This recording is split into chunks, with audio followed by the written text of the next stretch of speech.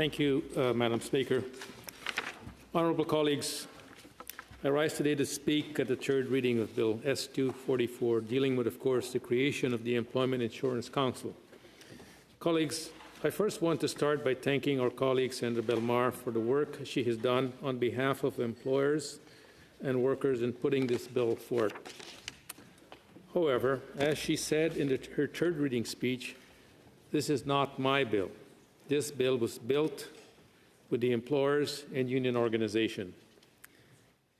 Simply, Senators, this bill is a consensus agreement between employers and employee groups who are the only two parties that fund the employment insurance system in this country. S-244 is not some grand public ideas dreamed up by one senator to do good for workers and business.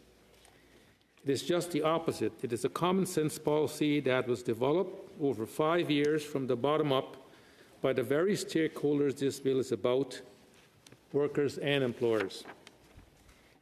The bottom-up, not top-down approach in developing the bill is emblematic of what it hopes to achieve.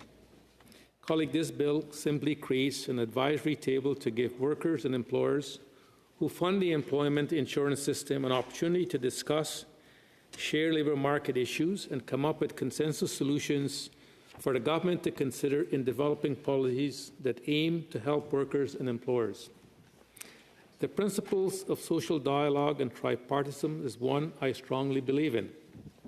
That is why I fully support Senator Belmar's bill, and I'll take a few minutes to tell you why. Senators, I want to start by posing a few questions I would like you to consider in deciding on the merits of this bill. Do you believe that promoting dialogue among groups with different opinions helps solve problems? Is providing an opportunity to develop relationship between labour market partners that foster trust and mutual understanding good or bad for public policy? And last but not least, our bottom-up solutions are more likely to succeed than the top-down approaches. I believe if you view this bill through the lens of these questions, you will see the merit of what it's proposed to do. Simply create a tripartite advisory council that promotes social dialogue, find common ground on how to deal with the increasingly complex issues we face in the labour market and the economy. For myself, I have lived the experience of social dialogue, representing workers, and working in tripartite structures for decades can attest to the benefit of them for not only workers but for employers and government. Senators, the reality is that the economy continues to change in dynamic ways and that we don't quite understand to a large extent. We're also seeing labour markets transition measures that are happening within certain regions that are more profound than in other parts of the country. And workers are trying to figure out where they are going to work and what their skill level is. In attempting to address some of these issues, the federal government transfers large sums of money to provinces through the Part 2 of the Employment Insurance Fund. Employers and workers who fund that money no transfers are happening, but there is no conversation with them by the federal government about the goals of these funds, let alone the programs being developed to achieve them. I think Senator Belmar's bill is forcing a very fundamental question to be asked. Shouldn't workers and employers who fund the government program designed to help them have a say in their stated goals and design? I, like every worker and employer group I've spoken to, believe they should have a say in the advisory council that this bill will create, and it's the best way to do that. I want to remind colleagues that what this bill is asking is for something we used to have, a dialogue at the national level. It's not a new thing. By way, people having dialogue without government. Just this past March, Senator Belmar, along with Senator Cardozo and myself, hosted a skills roundtable with representatives of major employees and employer groups. You'd think the government would want to be want to be in the room taking part in the dialogue with these stakeholders. Every major employer and employee group in the country were present. They were all in agreement. They support the bill and want it passed. I believe the Quebec model on social dialogue has been mentioned in the debate and in the committee study of the bill. I think this is a model we can learn from because it is one that has survived changes in government. Because the Quebec social partner insists that it did, they wanted to keep the dialogue going for greater interests of workers, companies, and the province. The federal government come and goes, but the table where the dialogue is happening disappears every time the government changes. I think this is wrong.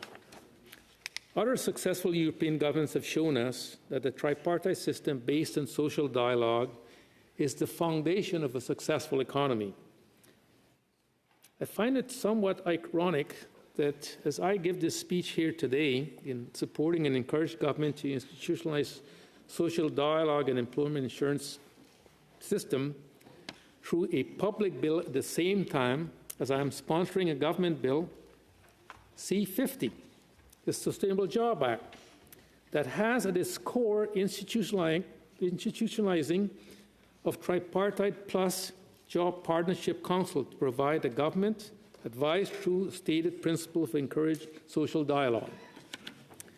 The government believes, in the case of Sustainable Job Act, that social dialogue is a must if we want to transition to a low-carbon economy to succeed workers, business, and community. I would argue the same is true for Bill S-244, in that social dialogue is critical for workers and business to succeed in the future economy. Colleagues, in conclusion, I want to thank my colleague and friend, Senator Belmar, again for the work she has done on this bill and her efforts to promote social dialogue in the employment insurance system to make it more fair, effective, accountable to its stakeholders, workers and employer. From AI to climate change, the world of work is undergoing transformative change throughout our country and throughout the world. We will need the collective cooperation efforts of all tripartite partners to ensure that we have the right policies that are effective, fair, and equitable for all. Strong social dialogue will key to ensuring that this happens by providing formalized process through an advisory council for workers and employers to give meaningful input to government. As I said in my second reading speech, I firmly believe that only solutions that are widely shared are underpinned by successful social dialogue. We will truly effective and equitable for all.